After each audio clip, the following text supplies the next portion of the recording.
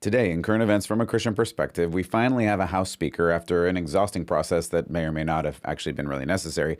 The new Republican Speaker, who is a Christian, was immediately condemned by the left as a Christian nationalist because, well, he reads the Bible and does what it says. I know, it's a ridiculous idea. Who would ever say such a thing as that? We'll look at that story. Meanwhile, J.K. Rowling of Harry Potter fame acknowledges she'd go to prison rather than lie about pronouns. So that's actually pretty cool. We'll look at that story. And we get a masterclass in dealing with lying leftist reporters from Canadian Conservative Party leader Pierre Poilievre. All this and more today. I'm Matt Odegaard, and this is Church Public.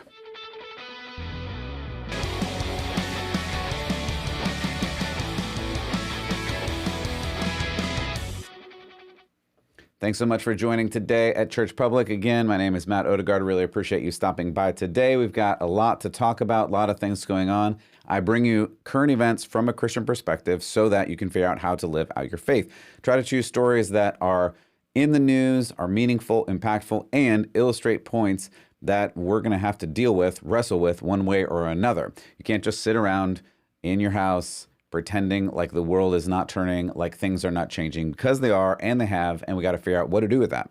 How do we live in this world in the way that it is? And more than that, how do we live as a family? How do we educate our kids? How do we go to church? How do we live out our faith in everyday life? So I want to help you with that in any way that I can. If this is helpful to you, you can hit the like button and the subscribe and the share and do all the things. If you would like to support, you can go to churchpublic.com/support. All right, let's take a look at a few of the things that are going on today. This is just current events from a Christian perspective to help you live out your faith, and we'll look at a couple of the news stories. I think we'll start with J.K. Rowling today. Now, I talked about this story before. They are starting to do pronoun police in UK. So you probably remember J.K. Rowling, Harry Potter fame. She continues to stand against the trans mob, and I am just here for it. This particular article comes via the Christian Post. It says, world-renowned author J.K. Rowling said she'd rather go to prison for 2 years than repeat the lie that, quote, trans women are women, end quote. Rowling is a British fiction writer who gained international fame and notoriety, as we mentioned, for authoring Harry Potter and all the spin-offs and everything else on Twitter, X. I just can't do this. Like X? Anyway. Elon, what are you doing? So she took to X last week to respond to a picture of a message projected on the exterior wall of a building that read, let's see, I have that picture for you. So if you're just listening on audio, on this building is projected the image that says, repeat after us, trans women are women. And to that, if you can see, if you're just listening, I'll show you here. She says, no. So I love it. Just straight out flat. No. And we've talked about this on and on again. I'm not going to belabor the point, but it is important to understand that using pronouns is just plain and simple lying. You can say true things about true things, but to lie is to lie. There is no black and white here. There's no gray. Yes, if you're dealing with a person who is struggling, you want to have sympathy for that person. You want to figure out how to best help them, but lying to anybody is just not helpful. And it may feel better in that present moment when you don't want to upset them or whatever, but ultimately it's just not helpful. So this is connected with the story we talked about a little bit ago, and that is UK's Labour Party. They're considering classifying misgendering, using pronouns that match or don't match a person's sex and gender and sexual identity. It's this whole big thing because those are separate now in the culture. So if you use the wrong ones, according to the Labour Party, what they're trying to push through is that is a, quote, aggravated offense that comes with a prison sentence of up to 2 years. So you would get 2 years in prison if you use the wrong pronouns. That's where we are in the West. So Rowling pushed back on that idea and said in a later tweet, are they still called tweet? Are they called X's? I don't understand this world at all. Anyway, she said she would not kowtow to the trans ideologues. She said, quote, I will happily do 2 years in prison, she means, if the alternative is compelled speech and forced denial of the reality and importance of sex. Bring on the court case, I'll say. This is continuing on in her quote, it'll be more fun than I've ever had on a red carpet, end quote. So that is J.K. Rowling effectively saying, no, don't lie. Now, there are other things that I do not agree with her on. However, on this one, I'm there for it. Let's stop lying. It's just not good in any situation. All right. Meanwhile, back in Cali, I've been trying to avoid California news stories because there are just so many of them. I could do a whole show. I could do a whole series of shows, probably a month of shows on just California, but other people live other places. So I don't want to do only California. Now, backing up into that and scrolling out into a higher view, I do believe there's a lot of leaders on the left in America who want to make America California. I think I even did a podcast titled just that, Make America California or something like that. I firmly believe that's what they want to do. But anyway, we're going to go to California for this quick story. This is a picture of LGBT plus History Month, and that is apparently October. Now, I know. I thought as well that Pride Month was June, but now Pride Month is also October. And your friendly LGBTQ AAIP hashtag plus dollar sign squiggly emoji cult leaders would be very happy if you would just go along with whatever they say and sit down and be quiet. Anyway, back to this story. So you must celebrate LGBT History Month. It is October. This is in the school district. And let's see, which school district was this? I'll give this to you. So this is the Lafayette School District in California. This was apparently at Burton Valley Elementary School. So if you're just listening, this post says, quote, LGBT History Month sends an important message to our nation's teachers, school boards, community leaders, youth about the vital importance of recognizing and exploring the role of gay, lesbian, bisexual, and transgender people in American history. I'm not going to read the rest of this. Anyway, it keeps going for a long time. This post says, basically, you have to celebrate LGBT History Month. You must. You have to. It's required. This is what the leaders are telling you you have to do. Now, this would not be a new story at all. We get this kind of post all the time at this point. Here's where, to me, it just gets interesting, funny, surprising. I'll post that. I'll show this again. And again, if you're listening, I'll explain it. And it's very small if you're just watching, so I'll try to zoom in here a second. But right after this post about LGBT History Month in October and how you have to celebrate it, it says, sorry, we don't celebrate Halloween, and smiley jack-o'-lantern, crossed out. So then you go, well, what is this about? So then it says, not all families celebrate Halloween. I'll read this quote. Halloween is a very popular holiday in the United States, but about 1/3 of the U.S. population does not celebrate it. Respecting the decision of children and families at BVE, that's Burton Valley Elementary, to not celebrate Halloween and being aware of their decisions are essential for everyone to feel that they belong, end quote. So here's where this gets interesting for me. You are not required. In fact, you need to honor the people who don't want to celebrate Halloween.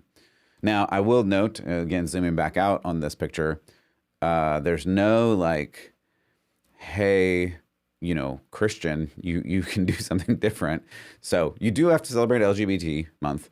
You don't have to celebrate Halloween. I think it's also interesting. I didn't even get a zoom picture of this, but at the very bottom, if you're just listening, it also says Dia de los Muertos and says it's pretty much amazing. So I think you have to celebrate that one too. This is very confusing messaging, but I think it's funny. I think it's funny that you have this message that you must celebrate LGBT History Month. You had Pride Month, which is celebrating Pride in LGBTQ AIP hashtag plus dollar sign squiggly emoji in June. But now we have October. History also have to celebrate. However, you get a new message, and this is new to me. I have not seen this before. You are not required to celebrate Halloween. So there you go. I'll take the win. I mean, I have a lot of thoughts about the creepy zombie clown size model horror life show displays that are all around all of these neighborhoods, which are supposedly for kids. Yeah, I don't love all of that evil demonic garbage. I hate it. I'm not going to go on and on about that, though I feel like I want to. But apparently, on this point, not celebrating Halloween, California and I agree, which I'm surprised at. But this is where we are now. It's just we're just in a weird and wild place. This was pointed out by Libs of TikTok user, and it's from the Lafayette School District, Burton Valley Elementary. It just is very funny to me that you are forced. I don't know how else do you say it. Like you have to celebrate the LGBT, but you don't have to celebrate Halloween anymore. I just think that's funny. All right, let's move north. We're going to go north. Speaking of speech and what you can say and what you can't say, Pierre Poilievre in Canada, the Conservative Canada Party leader. This is like a 2-minute clip, but I think it's worth it. I think it's worth a couple minutes that we're going to spend on it, because I think he gives a master class on how you deal with the left. We have talked about this a lot, and you're just going to get accusations if you stand up for true things at this point. That's what we've been talking about. We just saw this school. We just saw J.K. Rowling. You're just going to get pushback. So he was getting pushback from this news reporter, and he kind of wasn't having it. So let's watch this. I think it's fun. I may pause a little bit and give some commentary, and we'll see how it goes. On the topic, I mean, in terms of your sort of strategy currently. Okay, first of all, I just had to pause like right away. I couldn't even get into it at all. So if you're just listening, they're standing in an apple orchard, presumably, and Pierre is eating an apple quite loudly. So if you hear the crunch of an apple, it's because he's eating an apple. And I think there's significance in that. I know that sounds ridiculous, but I think there is. So let's listen, and then we'll talk through some of the pieces. You're obviously taking the populist pathway. What does that mean? Well, appealing to people's more emotional levels, I would guess. I mean, certainly you tap very strong ideological language quite frequently. Like what? Left wing, this and that, right wing. I mean, it's that type of ideological thing. I never really talk about left or right. Anyways, I don't really believe in that. Okay. A lot of people would say that you're simply taking a page out of the Donald Trump book. Like which people would say that? Well, I'm sure a great many Canadians, but... Like who? I don't know who, but... Well, you're the one who asked the question, so yeah. You must know somebody. Okay, I just want to keep letting this roll, but it's so good. He is saying, well, what do you mean by that? Who says that? And the reporter who brought up this topic in the first place has no answers. They just are throwing these accusations and trying to pile on all of this information, and yet at the same time have nothing to back up what they're saying. And I love that he's just taking a hard ground and being cool and calm and collected, eating an apple and talking about this. There's a little bit more. Let's hear it. Okay, I'm sure there's some out there, but anyways, the point of this question is, I mean, why should Canadians trust you with their vote, given, not just the sort of ideological inclination in terms of taking the page out of Donald Trump's book, but what are you also talking about? What page? What page? Can you give me a page? Give me the page. You keep saying that. In terms of turning things quite dramatically, in terms of Trudeau and the left wing and all of this. I mean, you make quite a it's quite a play that you make on it. So I'm not just sure. wondering. I don't know what your question is. Then forget that. Why should Canadians trust you with their vote? Okay, that was however many minutes to get to why should Canadians trust you with their vote. Now, I'm not going to get into the politics in this. I don't feel like I really need to at this moment. I just think the content, the way that he deals with this is just fantastic. It's just really fun to see him say, well, what do you mean? Who says that? Like, what is your question? Tell me an actual question, because in the midst of all this, he's just building all of this straw man material. Well, you do this and you do this and you do this and this person says this. Oh yeah, when did I do that? Who says that? No answers, because they're just pulling smoke and trying to get you in trouble for things. And I think his apple eating is really important too. I'm going to come back to that in a second. I think there's one more. Yeah, so the question was, why should Canadians vote for you? Let's hear his answer. Common sense. Okay. Common sense for a change. We're going to make common sense common in this country. We don't have any common sense in the current government. We'll just go ahead and leave it for there in terms of what he said, because again, I don't want to get into the politics of what he said. What I do want to point out is what's fantastic about this interview is this reporter keeps pushing and pushing. Well, they say this about you. Well, you did these things. Well, there's these people that say things. Okay, when did I do that? Who says that? What question are you even asking? And finally, after all that posturing by the interviewer, he finally says, well, why should we vote for you? That's actually a good question. that's a good question. Why should we vote for you? And then he says common sense, which I think is actually a fantastic answer, especially in light of all the things that are going on in the crazy world. Again, not getting into politics of this. What I want to point out is they will call you names. They will accuse you of certain things, which may or may not even be true. They may have just made them up to set this thing. And don't let them. Just push back and say, well, when did I say that? When did I do that? You brought this up. He even says that at some point, well, you brought it up. Like, you called this. You brought this up. So that means logically you have to defend your accusation. I don't have to come up with a reason for your accusation to be true or false. You said there's people. What people? Let's deal with this. Who are we talking about? What are we talking about? This is just a masterclass on debate in general. It's fantastic. And to go back to the apple, because I think the apple is an important point. I think it's good that we just really point out that he's dealing with the apple and he's just relaxed and he's just hanging out. He's not getting huffy. He's not getting frustrated. He's not yelling back. He's not shouting. He's not pointing. He's just saying like, well, he's just sitting there, like taking big, noisy bites out of the apple and saying, well, who says that? Where's this coming from? He's just matching the energy, because this guy's like the government news reporter that talks all nice and talks all slow, and I'm just going to say these things that are terrible about you, but I'm going to say it in a nice voice so it sounds like I'm saying nice things even though I'm trying to tear you down. And Pierre's like, hey, so tell me about this, but firmly saying, no, I'm not going to let you run all over me. I just love it. I think it was a great perspective and a great way to deal with naysayers. Haters gonna hate after all. All right, let's go back to America. And this one, I kind of threw this in the last minute, but I just think it's interesting. I looked at clipping some of this. This happens to be a church service, and I decided not to because it doesn't really matter. I'm gonna give kind of a more general point, and we'll look through it. So what this story is, I believe the church is in Austin. And the story is that the pastor of this church decided to create an entire church service with AI, which, again, I have a lot of thoughts about. I'm working on a whole post about AI and some of the things that are going on there. But this is, I have to show my cards at the beginning. This is just a terrible idea. And not surprisingly, according to them, and this news article I'm reading out of the Christian Post, it went terribly. It wasn't good. So he starts and says, quote, "Welcome. Today's service will be generated entirely by artificial intelligence." They talked about this.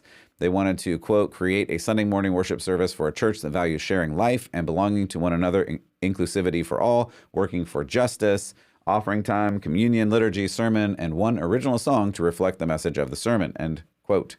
That was what he put into the ChatGPT. Reading from the article, it may not be the most common way to greet a congregation, but that's precisely how one United Methodist Church in Texas kicked off its AI-generated Sunday service last month. Cooper, the pastor of Violet Crown City Church, LGBT-affirming congregation of about 125 people in North Austin, Texas, he said he decided to switch things up when the church's worship to reconnect and re-engage.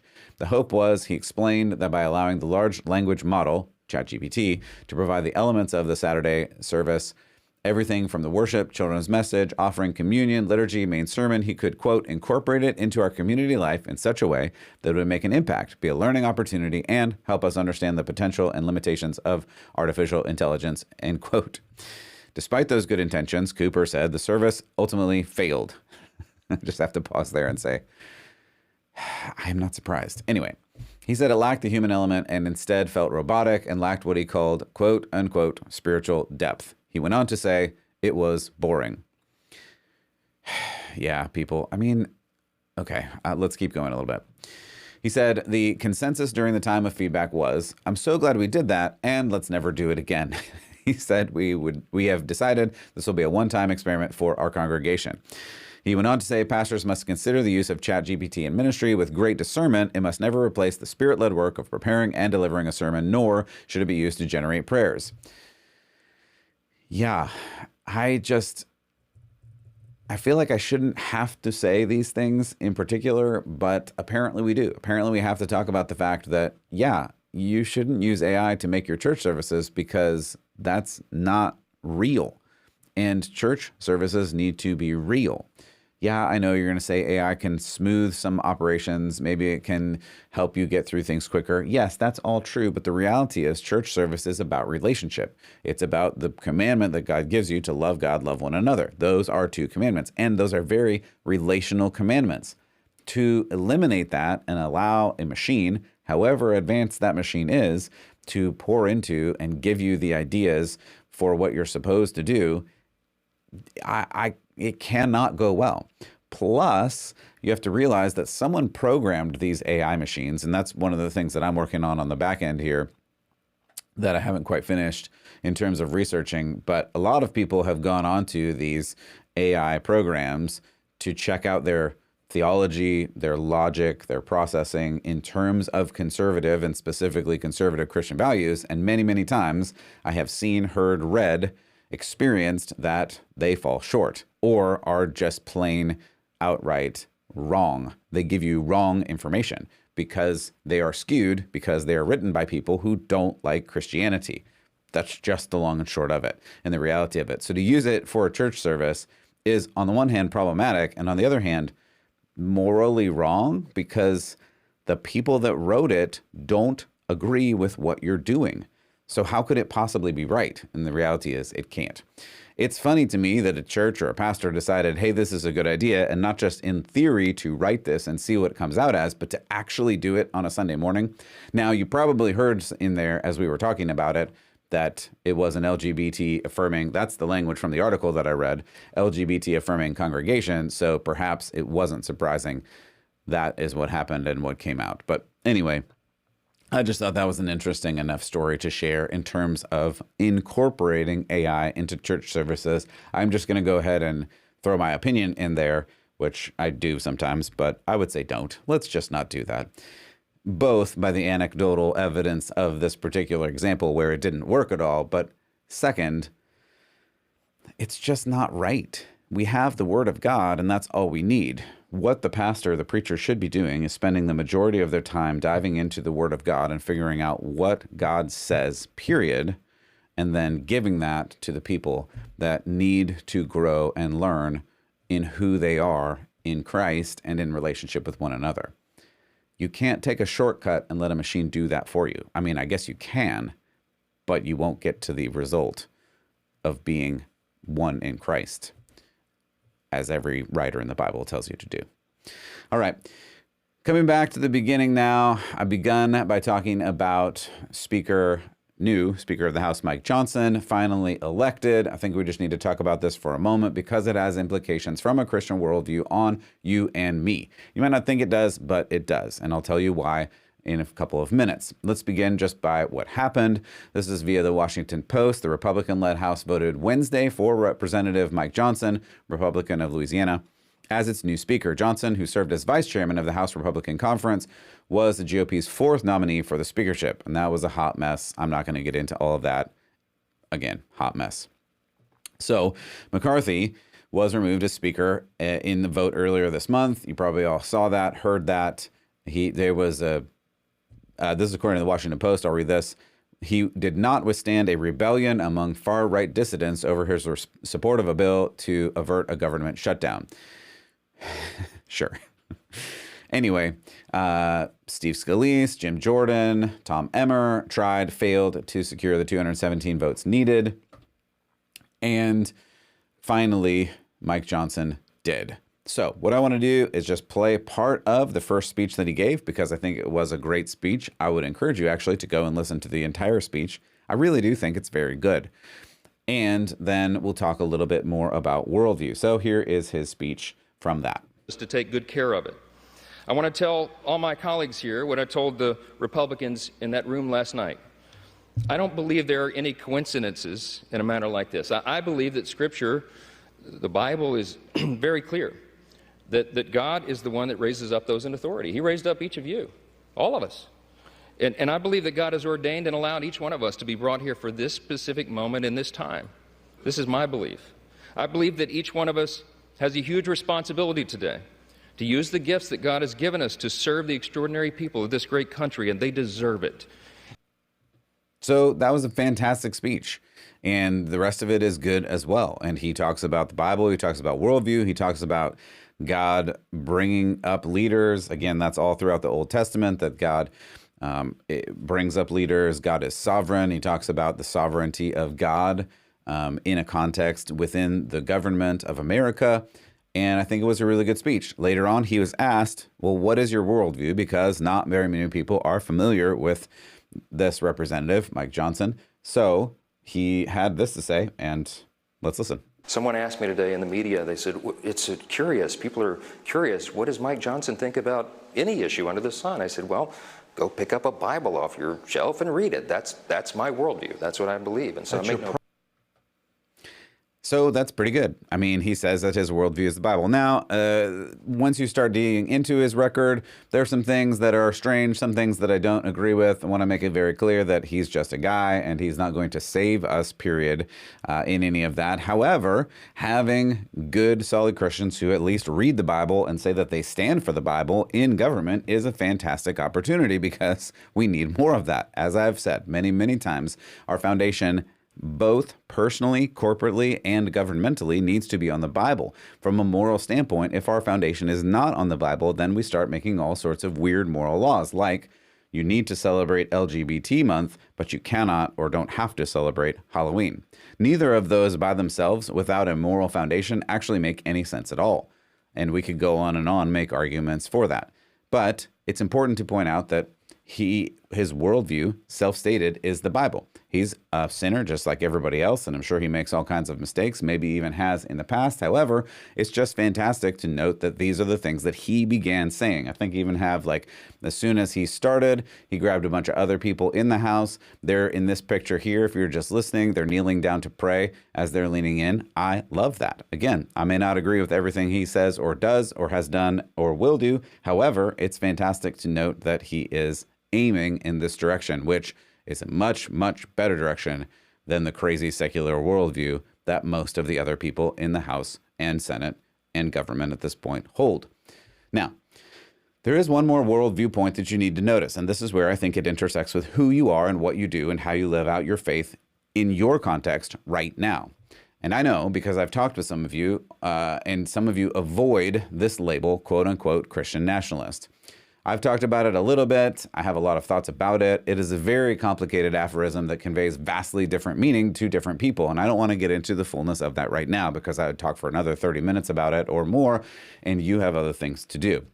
I may do a deep dive on Christian nationalism again, though again, I've talked about it in the past. I probably have more thoughts about it now that I haven't shared completely, but I will summarize really briefly and say, to some people, Christian nationalism is a slur. To others, it is a badge of honor, and it means different things to different people. This is really the important part that you need to know.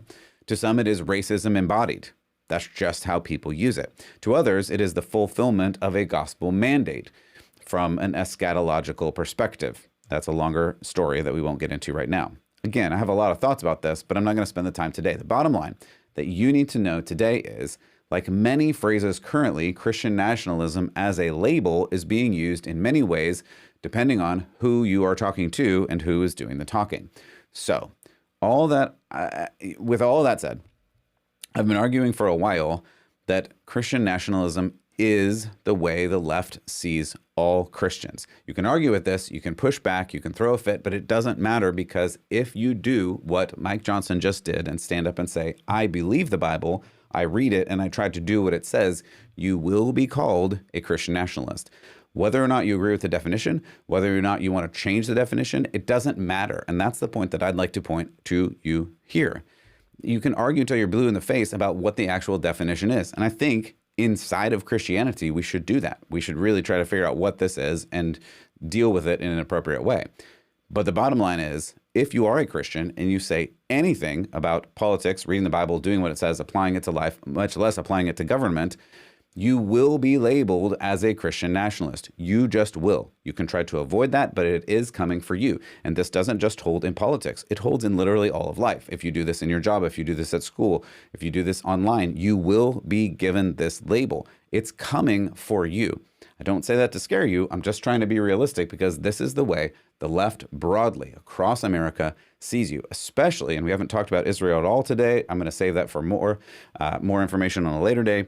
But just note that if you stand against Hamas, Palestine, the slaughter of the Jews in any way, you will also be given this label because it all connects in as the oppressor-oppressed dynamic of Marx and Marxism and critical race theory and critical theory more broadly from the Frankfurt School. It goes all the way back and it's all connected in, and it will still connect in at this point. So just to illustrate this for you, in this instance with Mike Johnson, who presumably, and from all I can see, is a stand-up guy, immediately following his election to the House Speaker, the headlines were crazy. I just pulled a couple. Here's a couple. Let's see. What do we got? This is Time Magazine. The Christian Nationalism of Speaker Mike Johnson. Here is MSNBC. Mike Johnson's Christian nationalist track record isn't a mystery, it's a tragedy. Do I have any other ones here? Let's see. Here's Newsweek. Mike Johnson's ties to Christian nationalism revealed.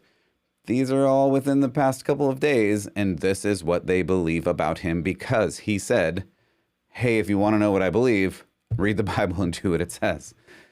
That's the connection here. And of course, it gets into all of the isms, all the ists, all the other things, but you need to understand this is what they think of you.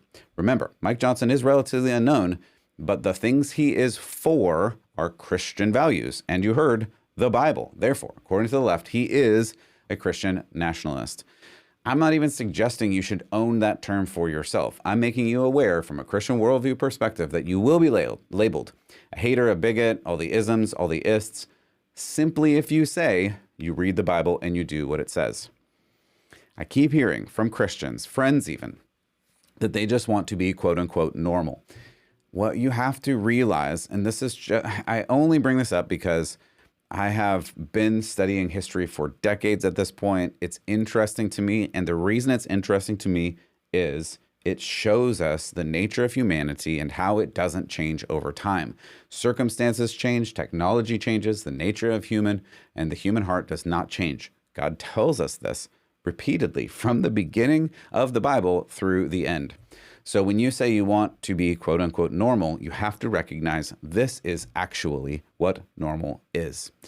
We've had unprecedented favor and ease for a couple hundred years in America and the West more broadly. But for the last 2,000 plus years, the vast majority of time, the normal for Christianity is persecution. And even across most of the world today, in the non-Western world, the norm for Christianity is persecution. Just read about the Armenian persecution of Christians that's going on right now. It's a tragedy. I didn't have time to talk about it today. I may get to it on another podcast, but it is tragic. And you could go country by country outside of the West to see the persecution. So my point is, don't be surprised when this persecution comes for you. Will it be as hard as some of those non-Western countries currently? No, probably not for a while. But even with little tiny things like J.K. Rowling potentially risking arrest and 2 years in prison just for saying, I'm not going to lie about reality, you have to realize this is the way things are going, and this is the way things are going to go. The normal for Christianity is persecution, and the reason it is, starting with Jesus being crucified, when he's in front of the government, when he's in front of Pilate, when he's in front of the Sanhedrin, they did not like him because he said he stands for truth and reality. And when you have to push the narrative that is not aligned with reality, not aligned with truth, you have to force people to do what you want rather than doing what reality actually shows. So, whatever you think about Christian nationalism, as we move away from Christian morality being the foundation of laws, we will be more and more persecuted for our faith. This is just the direction that things are going right now. I'll read you a couple of verses as we conclude our time today because we always want to come back to the Bible and I want you to see where this idea comes from. It's not from me. This is from God. I want to translate this over to you and help you understand the world in the best way that I can, in the best way that you can. You don't even need me, but if this is helpful, I'm glad to help. You need to be in the Bible, reading it, using it the best that you can. So here's just a couple of verses. This is Jesus in John 15. He says, If you were of this world, speaking of you, Christian, the world would love you as its own. But because you are not of this world, but I chose you out of this world, the world hates you. He goes on in verse 20. Remember the word I said to you, a servant is not greater than his master, and if they persecuted me, they will also persecute you. We also hear Jesus talking in Matthew 5, blessed are those who are persecuted for righteousness, for theirs is the kingdom of heaven. Verse 11, blessed are you when others revile you and persecute you and utter all kinds of evil against you falsely on my account. Does this sound familiar? Because it should. Verse 12, rejoice and be glad, for your reward is great in heaven, for so they persecuted the prophets who were before you. These are the words of Jesus to you. Yes, they were uttered more than 2,000 years ago, but they're still true today because truth is truth is truth. Your truth is not real. Your truth is not real. There is only the truth. And we know because he told us Jesus is the way, the truth, and the life. Jesus is the embodiment of the truth. We follow him via following the Bible and what God tells us through the Holy Scripture. Then we live out what the truth says. The more that you get away from the foundation of truth on the Bible, the foundation of reality on the Bible, the foundation of government on the Bible, the foundations, the truth of who God is, the morality that comes from that, you're going to see more and more wacky things, and they're going to have to tell you, force you to do what they want you to do, because you're going to say, no, I stand for truth. And that decision, all of this, I'm not trying to scare you. I'm trying to prepare you, and I'm trying to build your courage, because that is the thing that we are going to need. We're going to need to have the courage from God, because without that courage, we're not going to be able to stand in the face of all this. As Peter said, have a defense for the hope that you have. We just need to be ready. We need to be ready when someone says, hey, aren't you like a Christian person? Aren't you a Christian guy? Aren't you a Christian girl? You need to be ready to say, yes, I am, even when the consequence is, well, then you're fired. Well, then you're kicked out. Well, then you can't do what you want to do. Because that time is probably coming sooner rather than later. But take hope, because Christ is the King of the world, and he is Lord. For Church Public, I'm Matt Odegaard. As always, I hope you will keep the faith.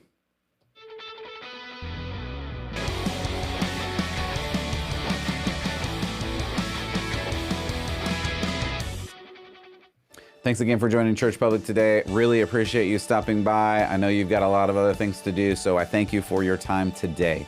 If this is helpful, please give a like, give a share, give a subscribe, send this to a friend, send it to somebody who needs to hear about what is going on and how to live out your faith.